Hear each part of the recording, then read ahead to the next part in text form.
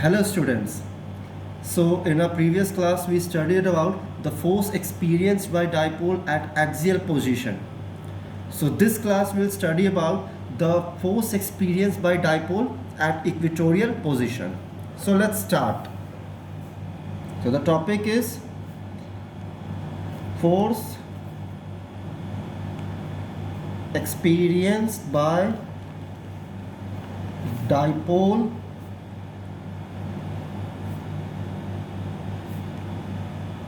at equatorial position. So what is equatorial position? So as I told in my previous video that whenever a body is kept along the y-axis as compared to the dipole, we say that the charge or the unit test charge is said to be at its equatorial position. We have a dipole placed over here, separated by a distance of 2a. We have a unit positive charge or unit test charge present at point P. We have to calculate that what force would be experienced by this point charge placed at point P due to this electric dipole. So the first step would be joining the 2 points such that it makes up an equilateral triangle. ठीक है, तो minus Q charge plus Q charge और point P. So point P पे कितना force experience होगा हमें ये calculate करना है. ठीक है, तो सबसे पहले will consider this point P with respect to the positive charge of the dipole. So we have considered this point charge to be a unit positive charge or positive test charge. So two similar charges, so it will repel each other. So the force due to this charge would be acting somewhere along this direction. So it would be field due to the positive axis. This angle is theta. We draw a line over here and make this distance as r. तो अगर अब ये angle theta है और अगर हम यहाँ पे एक पैरेलल लाइन ड्रॉ कर देंगे, that means we draw a parallel line. So this angle is theta. So according to these two lines are parallel lines, so this angle will also be theta. तो अब अगर हमारा ये angle theta हो गया by the property of alternate interior angles, तो फिर ये एंगल थीटा हुआ तो हमारा ये एंगल भी क्या होगा, theta, due to the property of vertically opposite angles. अब हम लोग काम करते हैं कि हम लोग इस डिस्टेंस P और प्लस Q का बीच का डिस्टेंस क्या है हम इसे कैलकुलेट करते हैं. सो ये डिस्टेंस हमारा कितना है, स्मॉल a.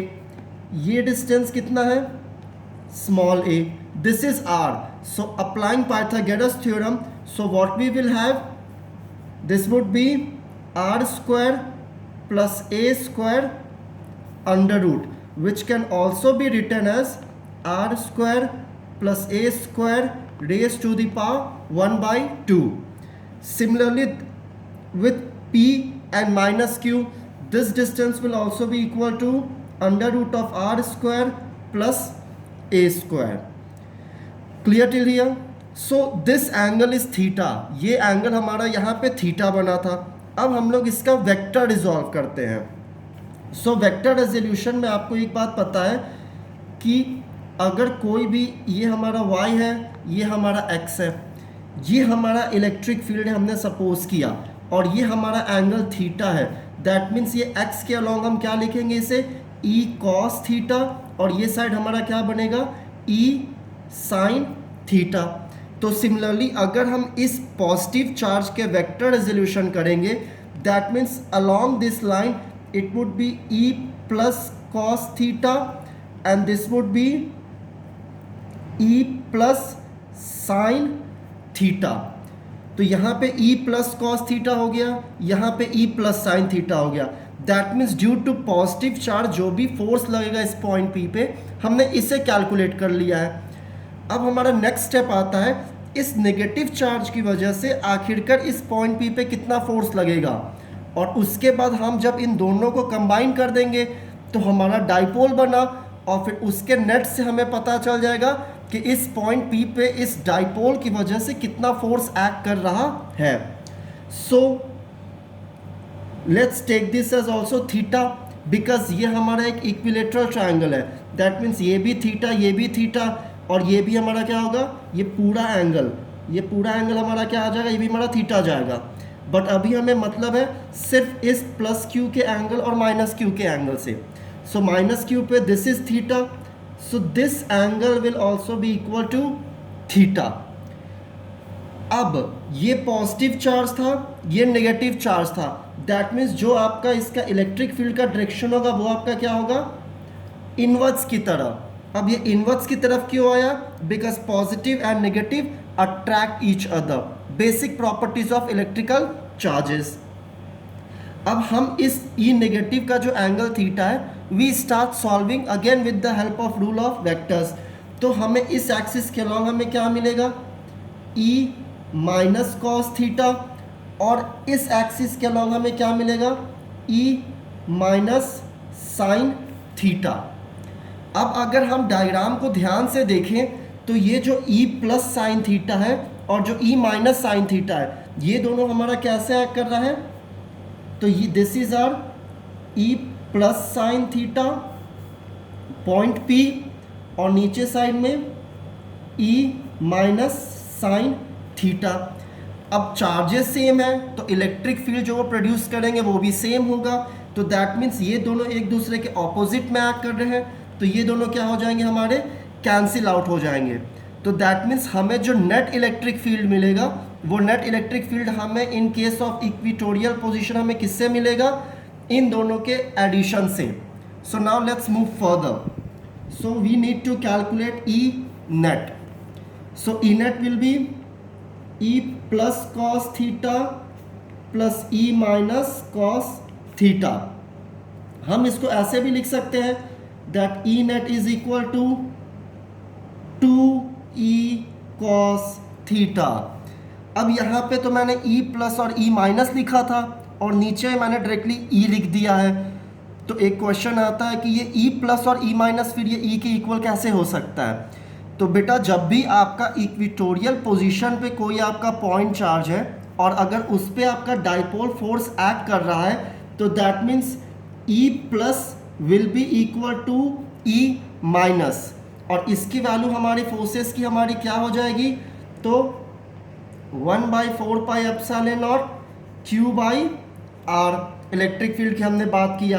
अब अगर हम इसके फोर्सेस की बात करेंगे कि आखिरकार हमारा यहाँ पे फोर्स ये कितना अप्लाई कर रहा है या फिर हमारा यहाँ पे फोर्स कितना ये लगा रहा है, तो हम क्या लिख सकते हैं, that force due to positive charge will be equal to the force due to negative charge, and this will be equal to 1/4 pi epsilon naught. अब यहाँ पे तो हमने Q चार्ज लिया था और यहाँ पे तो हमारा डाइपोल का चार्जेस है, तो यहाँ पे डाइपोल का चार्ज होने की वजह से हम कौन सा चार्ज यहाँ पे लेंगे, तो यहाँ पे इस पोजीशन पे हम लोग जो हमारा इस पॉइंट P पे यूनिट पॉजिटिव चार्ज था हमने उसको लिया Q अपॉन, अब डिस्टेंस क्या है दोनों का, r² प्लस a² और r² प्लस a² का अंडर रूट. तो हमने इसको क्या लिखा, under root of r² plus a² का होल स्क्वायर. अब मैंने यहाँ पे इसका होल स्क्वायर क्यों किया, बिकॉज आपको पता है according to Coulomb's law that F is equal to 1/4 pi epsilon naught Q1 Q2 upon r². अब हमारा ये जो r² है, तो r जो डिस्टेंस है हमारा यहाँ पे वो किसके इक्वल है, under root of r² plus a². तो under root of r² plus a² करके हमने इसका होल स्क्वायर किया. तो दैट मीन्स हमें फिर F हमें क्या मिलेगा, 1/4 pi epsilon naught Q upon r² plus a². तो एक तरीके से हमारा ये जो फोर्स होगा, इसी फोर्स की वजह से हमें क्या मिलेगा, इलेक्ट्रिक फील्ड मिलेगा. ठीक है, तो अब मैं क्या काम करूँगा, हमारे पास अब दो क्वांटिटीज हो गई हैं, क्या चीज, that E net is equal to 2E cos theta. तो E का तो हमने वैल्यू सॉल्व आउट कर लिया है कि E की हमारी फाइनल वैल्यू कितनी आई है, तो it is equal to 1/4 pi epsilon naught Q upon r² plus a². यहाँ तो हमने आर स्क्वायर प्लस ए स्क्वायर करके सॉल्व किया। अब हमें इस कॉस थीटा को सॉल्व करना है कि कॉस थीटा की हमारी वैल्यू कितनी होगी। सो कॉस थीटा हमें पता है that cos theta is equal to base upon hypotenuse. तो फिर cos theta is equal to, अब अगर मैं इसे थीटा लूँ या इसे थीटा लूँ, दोनों तो इक्वल है हमारा, तो थीटा के केस में हमारा बेस क्या हो जा रहा है। So base is a distance A, तो हमने बेस लिखा ए, और हाइपोटेन्यूज हमारा क्या हो जाएगा, आर स्क्वायर प्लस ए स्क्वायर का अंडर रूट। तो आर स्क्वायर प्लस ए स्क्वायर का अंडर रूट को मैंने कैसे लिख दिया, 1/2 से। ठीक है, अब इन दोनों की वैल्यूज को हम इस इक्वेशन में सब्स्टिट्यूट करते हैं। So E net is equal to 2 into 1/4 pi epsilon not Q upon R square plus A square multiplied by A upon R square plus A square raise to the power 1/2। यहाँ पे कोई value नहीं है, मतलब इसका क्या मतलब हो गया, रेज टू द पावर 1। अगर मैं अब इन दोनों को ऐड करूँगा तो 1 + 1/2 इज इक्वल टू क्या हो जाएगा हमारा, 3/2 होगा।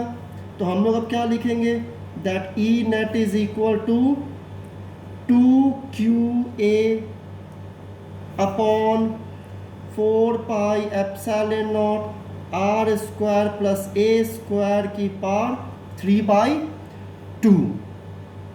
अब हमें पता है कि हमारा डाइपोल मोमेंट P का फॉर्मूला क्या होता है, Q इंटू 2A या फिर 2QA, आप जैसे लिखिए। तो अब हम यहाँ पे जब डाइपोल मोमेंट की वैल्यू को यहाँ हम सब्स्टिट्यूट करेंगे तो हमें क्या मिलेगा, E net is equal to 1/4 pi epsilon not P upon R square plus A square raise to the power 3/2। ठीक है, अब हमने ये अज्यूम किया है कि हमारा ये जो डिस्टेंस A है, ये डिस्टेंस A हमारा क्या है, बहुत ही स्मॉल है as compare to R। That means R is very very greater than A। तो फिर हम लोग क्या लिख सकते हैं, that E net is equal to 1/4 pi epsilon not P by r square 3/2, क्योंकि ए स्क्वायर हमारा क्या हो गया, निगलेक्ट हो गया। निगलेक्ट होना मतलब अप्रॉक्सीमेटली इक्वल टू 0 हो गया, बिकॉज डिस्टेंस बहुत ही कम है। प्रीवियस लेक्चर में मैंने आपको ये बात समझाया था, फिर से बता रहा हूँ, निगलेक्ट कैसे हो गया। सपोज कीजिए कि आपका जो आर डिस्टेंस है वो आपका 10 सेंटीमीटर का है, और जो आपका ए डिस्टेंस है वो आपका 1 mm का है या 5 mm का है। तो अगर सेंटीमीटर और mm के अगर डिस्टेंस को देखा जाए तो सेंटीमीटर हमारा बहुत ही बड़ा quantity as compare to mm।